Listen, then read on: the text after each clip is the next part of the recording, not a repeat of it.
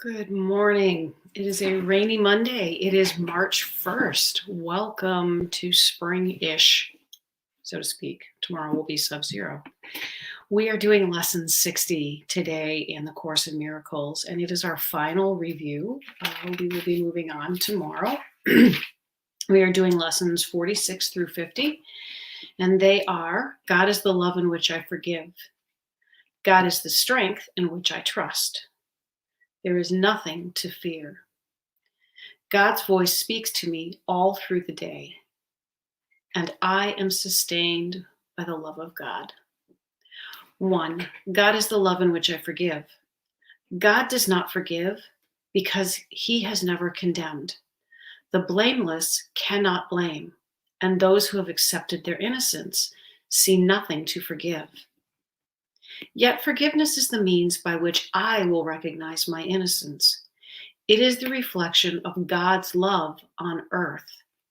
It will bring me near enough to heaven that the love of God can reach down to me and raise me up to him. God is the strength in which I trust. 2. It is not my own strength through which I forgive. It is through the strength of God in me, which I am remembering as I forgive. As I begin to see, I recognize his reflection on earth. I forgive all things because I feel the stirring of his strength in me, and I begin to remember the love I chose to forget, but which has not forgotten me. 3, there is nothing to fear. How safe the world will look to me when I can see it. It will not look anything like what I imagine I see now. Everyone and everything I see will lean toward me to bless me. I will recognize in everyone my dearest friend. What could there be to fear in a world that I have forgiven and that has forgiven me? 4, God's voice speaks to me all through the day. There is not a moment in which God's voice ceases to call on my forgiveness to save me. There is not a moment in which his voice fails to direct my thoughts, guide my actions, and lead my feet. I am walking steadily on toward truth. There is nowhere else I can go because God's voice is the only voice and the only guide that has been given to his Son. I am sustained by the love of God. As I listen to God's voice, I am sustained by his love. As I open my eyes, his love lights up the world for me to see. As I forgive, his love reminds me that his Son is sinless. And as I look upon the world with the vision he has given me, I remember that I am his son. This feels to me so much like if we watch movies where someone has amnesia, and oftentimes, they remember nothing and they're being presented with things and there's no sense of familiarity. They are feeling like an alien in wherever they go, and they're being told that they knew these people, that they were married to someone, that this was their child, and they can't remember any of that. And so it's uncomfortable and it's painful and it's fearful. And as you watch these movies, they will show those clips of memories where they have that little piece of recognition. And it's a small piece. It's a conversation or 2 words or a color or a part of a scene. And they start having that deja vu almost experience during the movie. And what this is saying is, as we move towards God, we are beginning to have more and more of those, and those clips get longer and longer and longer. And all of a sudden we realize that we can remember who we are. And all of the love comes flooding back to us. All of the recognition comes flooding back to us. And suddenly life truly makes sense again. Life is on a whole nother level, and we can resume our life, but we resume it from a different vantage point. When we have amnesia, when we have an experience, whatever happens, we are forever changed. And the ability to remember who we truly are can wipe away all of the trauma, all of the pain that person with amnesia has been feeling is erased in a moment of recognition. I'm thinking of Goldie Hawn and Kurt Russell in Overboard. She gets amnesia, and so she goes through much of the movie, and she walks in and sees her husband, who has been gone for a period of time, and she sees him, and she has that sudden recognition. She says hello, and she walks back out, and she remembers everything.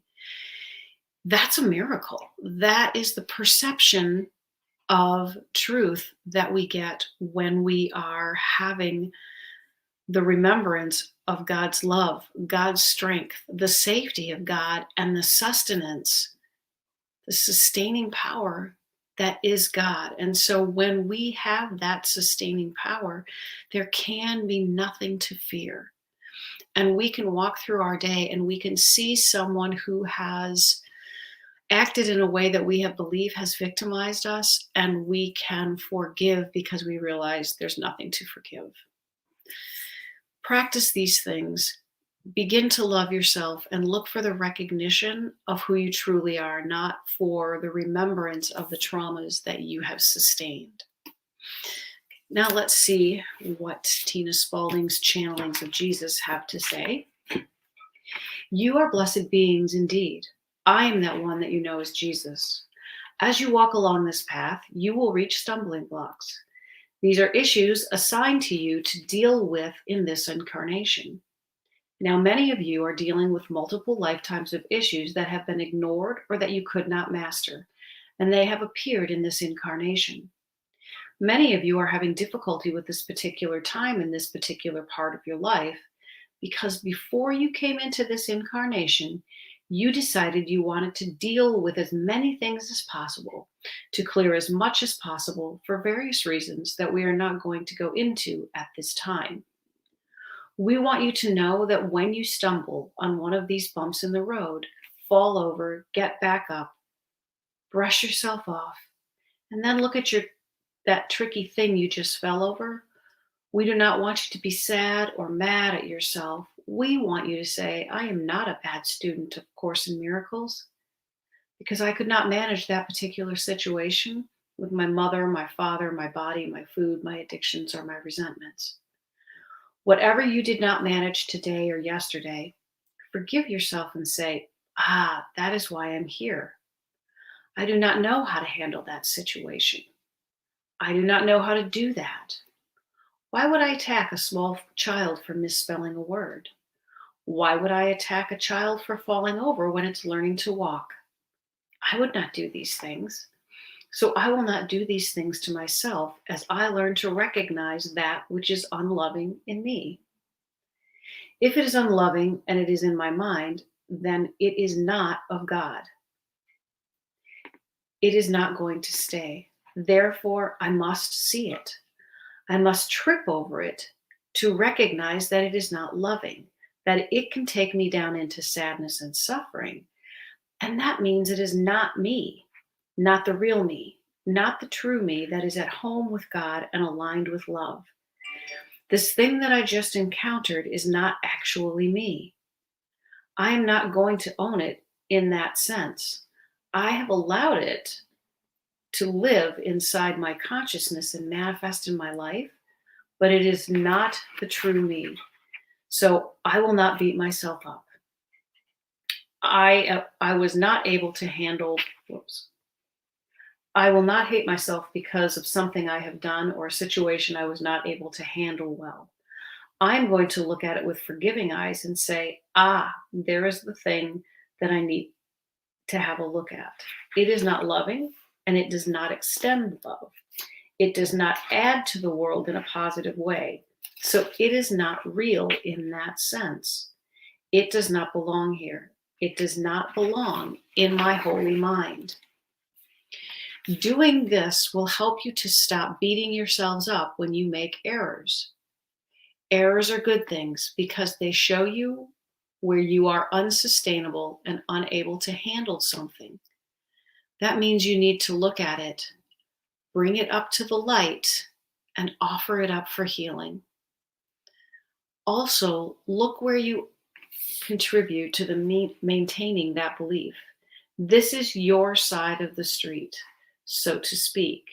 You bring it up to the light. You say, I'm very frightened of this thing, or I hate this thing, but I don't want that unloving concept in my mind. I'm going to ask for help to have it removed from my mind, and I'm going to look at where I reinforce it on a daily basis. That's critically important. So I hope you heard that, and I'm just going to repeat that last sentence.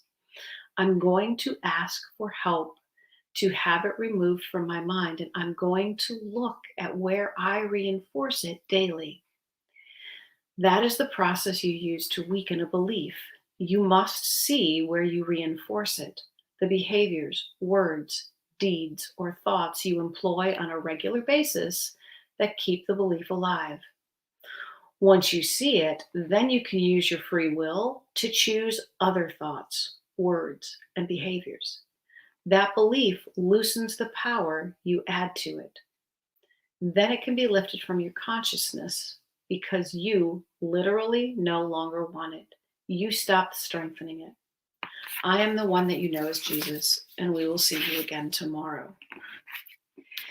This is that whole lesson in self-forgiveness. It's the amnesia that I was talking about. It's the unawareness that we carry around with us. We walk through this life really in ritualistic ways, behaving in the same patterns over and over and over, and wondering why we're not making progress. And all of the sudden, when you start the Course in Miracles, when you are doing these lessons, you start to become aware. And when you have the awareness is when you have the opportunity to make changes. Oftentimes what happens is we have the awareness as we start this process, and then we beat ourselves up because we didn't know better or didn't do better without the awareness. And when the behavior repeats itself, we have the awareness and we beat ourselves up. And so we try and pull ourselves back to square one. The truth of what happens is the awareness will shift. The awareness will shift in a way that it will happen sooner and sooner and sooner until it happens before the belief, before the action, before the habitual behavior. And that's when you can completely change your actions. It's when you can take a different road than that same path that loops around and around and around in your life.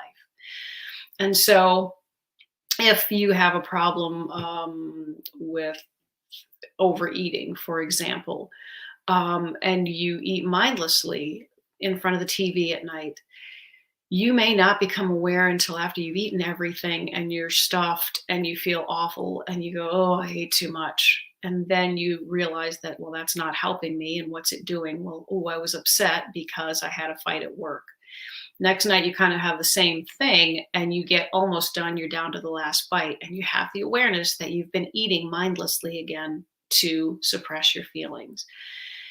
You can't necessarily change it, but with that awareness, you can feel what you feel. You can process as much as you can in that moment. Each night that you come home and you have that same ritualistic behavior, you may get halfway through your snack and go, ooh, I'm doing it again.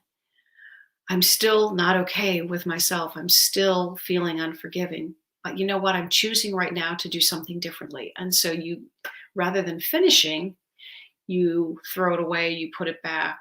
And then again, over time, you end up forgiving until you are no longer eating those mindless snacks. I know it sounds like a long journey, but that's the journey that we're on. And so take all the time that you need. Learn the lessons well. Do not advance until you're ready to move on. Spirit has a way of helping us with that. The key element here is realize that you have a coach, you have a support system, you have a cheerleading team with you, within you, and around you at all times. They can be your strength, your love, your safety. They are all a piece of God, and they come in whatever form that you need them. You are sustained by the love of God. I hope that you can practice these today. I hope that you can love yourself enough today to forgive yourself for what you thought were heinous actions. Know that they were simply mistakes and learn from them and move into the love that you are. Have a great Monday, everyone. Take care. Bye.